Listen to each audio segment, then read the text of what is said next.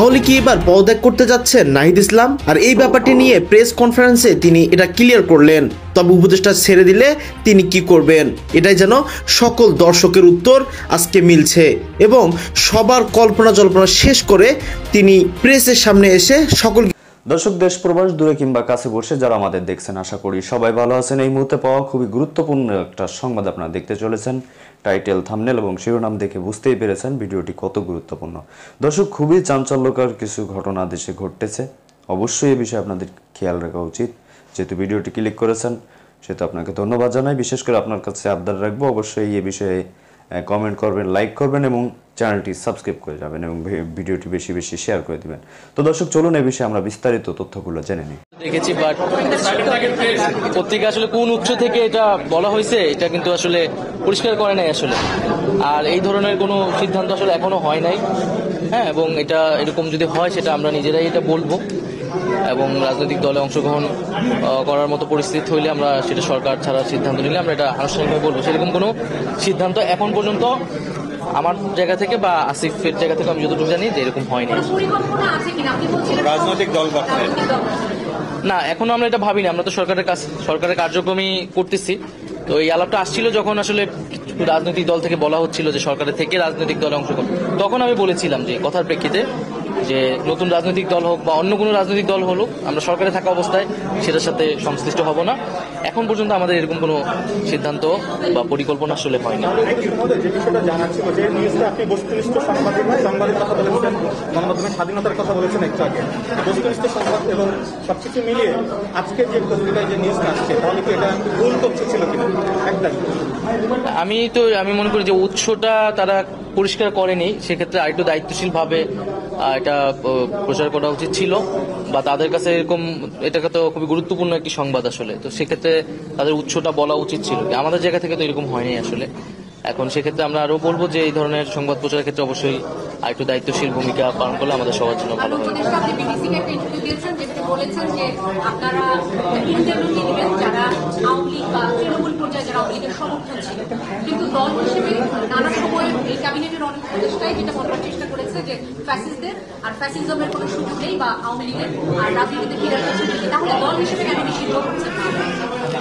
না, এই বিষয়ে সরকার এখনো সিদ্ধান্তে পৌঁছায় নাই। যেহেতু বিচার কার্যক্রম চলমান আছে, ট্রাইব্যুনাল, আমরা বিচার কার্যক্রমটা আগে দেখতে চাই, আদালত কি বলে বা বিচার কার্যক্রমে কতটুকু আগায়।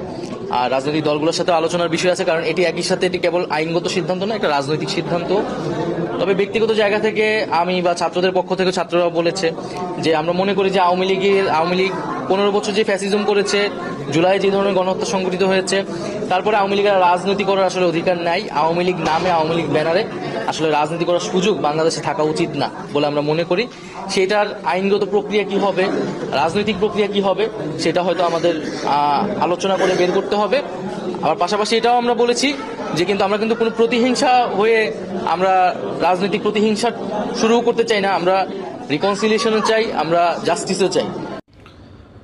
সমন্বয়ক বনাম বিএনপি, বৈষম্য বিরোধী বনাম বিএনপি, ডক্টর ইউনুস মোহাম্মদ বনাম বিএনপি, আমরা মোটামুটি এভাবেই আপাতত বলতে পারি। কারণ বিশ্ব পরিসরে গিয়ে গতকালকে ডক্টর মোহাম্মদ ইউনুস সাহেব যে বক্তব্য দিয়েছেন, এতে কিছুটা কি বলা হয় যে ধরেন বিএনপির জন্য সুসংবাদ বলবো নাকি পরবর্তী সময় এই দোষটা বিএনপির কাঁধেই পড়বে। যে যেমন ধরেন যে আমরা তো চাইছিলাম এত শত শত ছাত্রদের জীবনের বিনিময়ে যে জুলাই অভ্যুত্থান ঘটেছে, বাংলাদেশকে নিয়ে যে নতুন স্বপ্ন আমরা দেখেছিলাম, বিএনপির জন্য পারি নাই ভাই। কেন?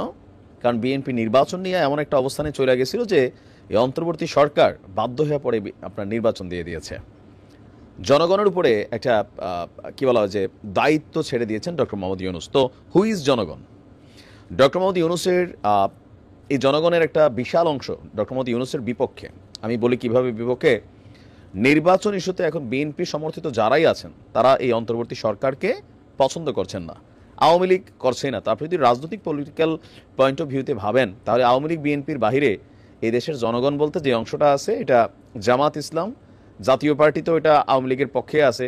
তাহলে আপনি জনগণের অংশ কতটুকু পাচ্ছেন? ম্যাক্সিমাম 20 to 30%, তাই না? তো সেই হিসাবে আপনার নির্বাচন নিয়ে সবাই কিন্তু চাচ্ছে। আওয়ামী লীগের মূল কথায় বিএনপি যখন চাচ্ছে নির্বাচন, তো ডক্টর মোহাম্মদ ইউনূস তিনি আপনার জেনেভাতে এই মুহূর্তে যেখানে অবস্থান করছেন সুইজারল্যান্ডের দাভোসে বিশ্ব অর্থনৈতিক ফোরামের সম্মেলনের ফাঁকে এক conversation with doctor Mohammad Yunus, এই অনুষ্ঠানে তিনি বলছেন যে যদি আমরা সংক্ষিপ্ত ধরনের সংস্কার এজেন্ডা বাস্তবায়ন করি, তো সেই ক্ষেত্রে এবছরের শেষ নাগাদ নির্বাচনের টার্গেট করেছি। কিন্তু এই অংশটাই সবসময় প্যাচ লাগে, কিন্তু যদি জনগণ বলে না না আমরা বড় পরিসরের সংস্কার চাই, সেক্ষেত্রে আমাদের প্রয়োজন আরও সময়, যেটা 6 মাস হতে পারে। তিনি বলছেন যে জনগণ কি সিদ্ধান্ত নিতে হবে তারা স্বল্প নাকি বড় ধরনের সংস্কার চান।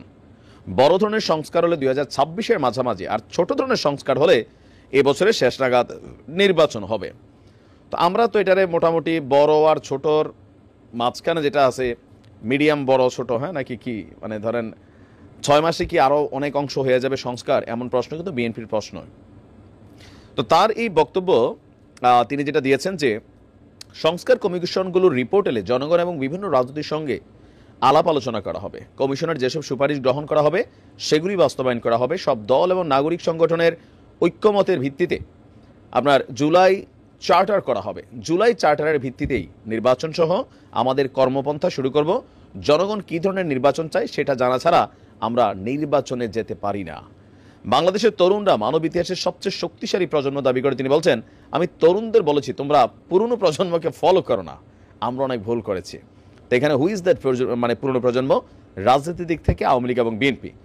তো ভোটারের বয়সটাও তিনি আপনার 16 হওয়া উচিত তিনি মনে করছেন, আর 16তে ম্যাচিউরিটি নাকি চলে আসে, তিনি বলছেন যে 16তে হবে। এখন 16তে করলে বৈষম্যবিরোধী ছাত্র আন্দোলন যদি কোনো রাজনৈতিক দল করে, যদি না এখন তারা করবে, ফেব্রুয়ারিতে মাঠে নামতে যাচ্ছে, 21 এমপি হওয়ার সুযোগ দেওয়া হয়েছে, সো সেই ক্ষেত্রে একটা বড় ধরনের ভোট ব্যাংক বৈষম্যবিরোধীদের জন্য তৈরি হবে। আবার বিপরীতে এটার একটা অ্যাডভান্টেজ বিএনপি বা জামাত ইসলাম সহ যারা আছেন তারাও পাবেন। এখন মোট কথা হচ্ছে ডক্টর ইউনূসের এই সিদ্ধান্তটা বোঝাই যায় যে অনেকটা ক্ষোভের উপরে, কেননা তিনি ক্ষমতায় বসার পরে বলছিলেন যে 53 বছরের ইতিহাসে একটা নতুন সুযোগ আসছে, এই সুযোগ যদি মিস হয়ে যায়, হাতছাড়া হয়ে যায়, তাহলে বাংলাদেশকে আর কখনোই সংস্কার করা সম্ভব হবে না। কারণ ডক্টর ইউনূস যে পরিমাণ জনসমর্থন পেয়েছিলেন একদম বিগিনিং লেভেলে, সেইটা আস্তে আস্তে কিন্তু হারাই যাচ্ছে। ইউনূস সাহেবের হারানোর মেইন রিজন হচ্ছে আপনার এই মুহূর্তে সরকারের পলিসিগত অনেক জায়গাতে অনেক ঝামেলা আছে, দ্রব্যমূল্যের দাম বাড়ছে, ভ্যাট ট্যাক্সের ইস্যু চলে আসছে, অনেক কলকারখানা বন্ধ হয়ে গেছে, আইনশৃঙ্খলা বাহিনীর চরম অবনতি আছে বিভিন্ন জায়গায়। আবার যেই শক্তিটা, তো দর্শক দেখলেন খুব গুরুত্বপূর্ণ প্রতিবেদন। এতক্ষণ আমাদের সাথে থাকার জন্য সবাইকে ধন্যবাদ জানাচ্ছি। দর্শক, যেই প্রতিবেদনগুলো দেখলেন এগুলোর সাথে আপনি সহমত কিনা, খুবই গুরুত্বপূর্ণ বক্তব্য এবং ভিডিওগুলো দেখছিলেন, অবশ্যই বিষয়ে আপনাদের মতামতটা চাই। আর হ্যাঁ, আমাদের এই চ্যানেলটি সম্পূর্ণ নতুন, অবশ্যই আমাদের এই চ্যানেলটি সাবস্ক্রাইব করে রাখবেন এবং বেল আইকনটা অবশ্যই বাজিয়ে রাখবেন, আর সংবাদটি শেয়ার করে দেবেন। তো ভালো থাকুন, সুস্থ থাকুন, আসসালামু আলাইকুম।